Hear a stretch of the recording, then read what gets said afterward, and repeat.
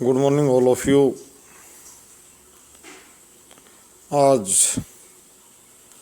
भारतीय न्यायाधीशों, पुलिस प्रशासकों, राजनेताओं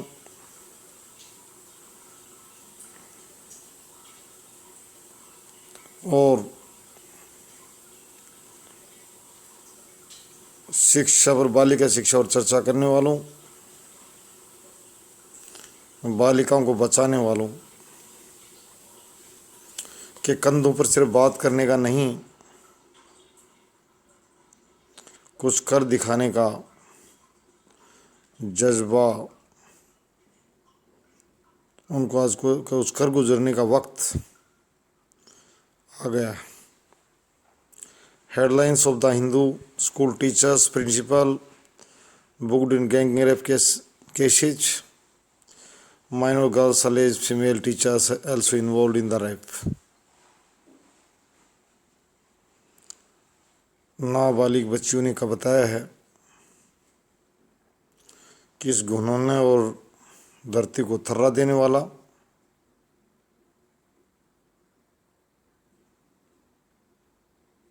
बड़ी बड़ी बातों के मुंह, बड़ी बड़ी बातें बनाने वाले मुंह से उनके मुंह पर ताला लगाने वाला ये समाचार सबके सामने मुंह तब खोलें तब कुछ कर कर दिखाएं। मुकदमा दर्ज करना, अदालतों में चलाना चोरों का हौसला बढ़ा देगा। फास्ट ट्रैक आईपीएस कैडर के कम से कम 7 ऑफिसर, मैं सो गहलोत की सरकार से फिर कह रहा हूँ कि क्लियर भाषा में माइक लेकर स्पोक्समैन के बीच में 2 मिनट भाषण देने से काम नहीं चलेगा। मुख्यमंत्री को स्वयं मानना पड़ेगा कि उसकी बेटी के साथ ऐसा हुआ है। सभी राज्य की बेटियां उसकी बेटी हैं, राज्य का मुखिया है।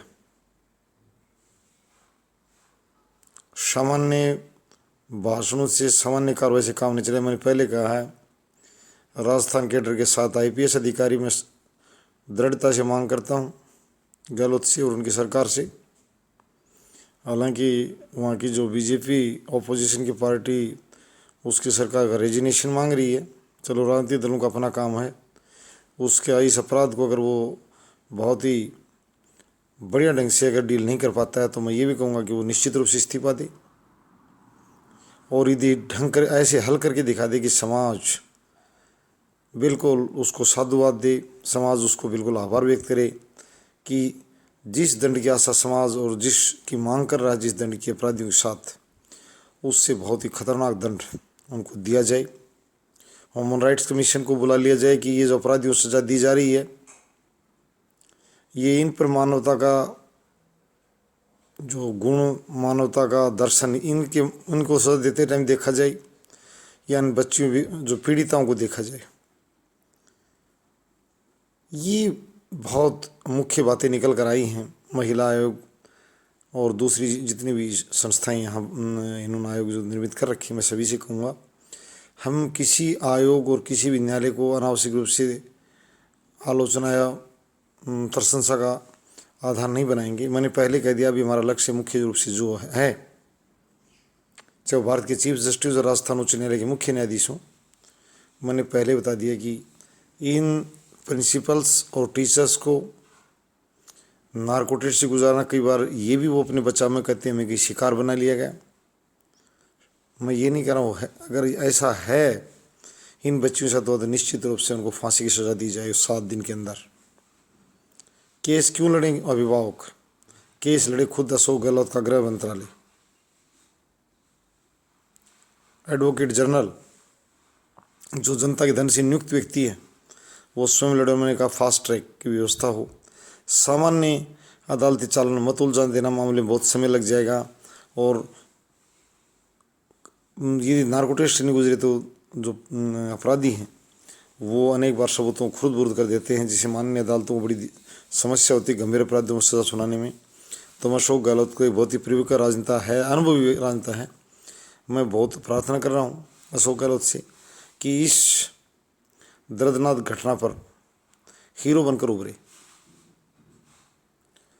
देश और विदेश में उदाहरण पेश करे राजस्थान का और अपने स्वयं का,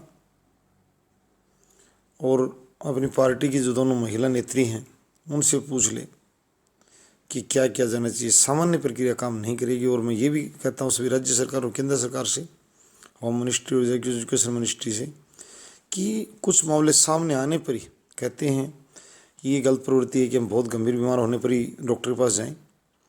पहले अगर स्वास्थ्य संबंधी टिप्स या छोटी इस अवस्था पर पहुंचे तो शायद ज़्यादा इलाज होगा। ऐसे केसेस और भी सामने आएंगे। अगर इंटेलिजेंस ब्रांच जो ये कह रहे हैं निर्मित करते हैं, बड़ी बड़ी वेतन भत्ते देते हैं अधिकारियों को, इंटेलिजेंस ब्रांचों को कहें कि वो इस तरह के अपराधियों को पकड़ें, गुपचुप तरीके से आंकड़े जुटाएं। हर राज्य में इस तरह के मामले बहुत बड़ी संख्या में इस तरह के बार ये भी देखना चाहता है। कुछ ही अध्यापिकाओं पर मैं कह रहा हूँ, टीचर्स की बात तो थी वो थी, अध्यापिकाओं के मामले में बहुत बार आ रहा है। कुछ का किसी मुख्य अध्यापक या अन्य अध्यापक के साथ अनैतिक संबंध होना, और कई बार ग्रामीण और बच्चे जो इस तरह की चर्चाएँ करते हैं, परंतु ये मामले सामने आ रहा है कि मियाँ बीबी राजिद क्या करे काजी, तो ये बात नहीं होनी चाहिए। मैं जजेस साहिब से भी कहूँगा और लेजिस्लेचर से भी कि इस मामले में अकेला कानून की बहुत स्पष्ट व्याख्या रखें कि दोनों सहमत होने मतलब किसी वातावरण को विद्यालय परिसर प्रदूषित नहीं कर सकते। ऐसे मामले मैंने देखे हैं। ग्रामीणों ने अभिभावकों ने बड़ा एतराज जताया है, परंतु अनेक बार कहा कि जब दोनों पक्षों में से कोई सामने नहीं आ रहा तो हम कैसे क्या कार्रवाई कर सकते हैं। ऐसे मामले हैं उनको सेवा से बर्खास्त किया जाए। आगे हैं अधिकारी और सरकार और न्यायालय। ये सामान्य बात नहीं है। भारतीय बालिकाओं की अगर इज्जत नहीं बचा पाई, पिछले दिन जून में मामला आया था सैनिक स्कूल में, तो मैं गहलोत को कहूँगा कि विशेष रूप से एक संजीदा मुख्यमंत्री और तजुर्बेदार मुख्यमंत्री होने का परिचय दे और उदाहरण पेश करते। पिछले दिनों बार बार जो ये सरकार की जो इस तरह की जिम्मेदारी आ पड़ी है इस कारण पर, और बहुत बड़ा मुआवजा इन बच्चियों को दे। मैं ये सामान्य मुआवजा नहीं है, ताकि जनता को पता लगे कि अगर इस तरह का होगा, अगर समाज अपनी जिम्मेदारी नहीं निभाएगा तो मुआवजा हम दे भी नहीं पाएंगे, इतना मुआवजा बन जाएगा। कहने मतलब इनको सुरक्षा, जैसे मलाला को विदेशी सरकारों ने सहायता दी थी, वो बच्ची अपराधियों जंगल से बचकर क्या बन गई थी, कहाँ उसका व्यक्तित्व, इन बच्चों का व्यक्तित्व शिखर पर जाए, इनका सम्मान शिखर पर जाए, और उनकी रक्षा या जेड+ की सुरक्षा जिन लोगों को दी जाती है इन बच्चों को ऊँची अच्छी श्रेणी, मैं जेड+ की मांग नहीं कर रहा हूँ, इनके परिवारों को उचित सुरक्षा दी जाए। जो इस तरह के जो सामान्य औसत दर्जे के जो परिवारों से बच्चे आते हैं उनको अनेक प्रकार के और भी जो दबाव और सामाजिक बुराई, बहुत सी बातों का सामना करना पड़ता है इस तरह के मामलों में, वो दोहरी मार झेलते हैं। तो मैं ये गहलोत साहब और राजस्थान के राज्यपाल महोदय से कहूँगा, पुलिस महानिदेशक से, कि इस मामले को त्वरित गति से 7 दिन के अंदर निपटान करके उदाहरण पेश कर दें कि अगर कोई काला मुँह का बंदर और बंदरी इस तरह की हरकत करेगा हमारी बच्चियों के साथ, तो हमारी बच्चियों की तो सुरक्षा के लिए हम 4 चांद लगे, दीवार खड़ी कर देंगे। मैं इन बच्चों को कह रहा हूँ कि एक बहुत ही अव्वल दर्जे की सुरक्षा दी जाए, इन बच्चों को अव्वल दर्जे की सुविधा दी जाए। और इनको मैंने मलाला का उदाहरण दिया है। लोग कहते हैं कि इंग्लैंड में जो बच्ची किस स्तर पर खड़ी है, इन बच्चियों को बहुत ही सुरक्षित और एक मतलब सभ्यता का और इज्जतदार माहौल दिया जाए। इनको इनके रिहेबिलिटेशन के लिए बहुत अच्छी व्यवस्था करे सरकार, और अपराधियों को भगोड़े न छोड़े।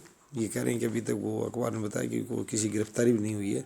मैं सब गलत को ये भी कहूँगा कि लुकआउट नोटिस और इनकी गिरफ्तारी के लिए बहुत बड़ी इनामी घोषणा भी सरकार अपनी तरफ से पुलिस प्रशासन करे, और इनको शिकंजे में लाए 7 दिन के अंदर ये महिला शिक्षक और जो पुरुष शिक्षक प्रिंसिपल जितने भी, इनको बहुत बुरी सज़ा दी जाए। इतना मैं जरूर कहूँगा, नार्को टेस्ट करवा ले जाए, कोई निर्दोष व्यक्ति राजनीति का शिकार जरूर ना हो जाए। मैं टीचर्स की तरफ भी एक बात ज़रूर इशारा करूँगा, कई बार कुछ बदमाश इस तरह की शरारती हरकतें कर डालते हैं जिससे वहाँ भी बड़ी दिक्कत आती है। ज़रूर ध्यान रखा जाए कोई निर्दोष न मरे और दोषियों को सबको दफन कर दिया जाए। धन्यवाद।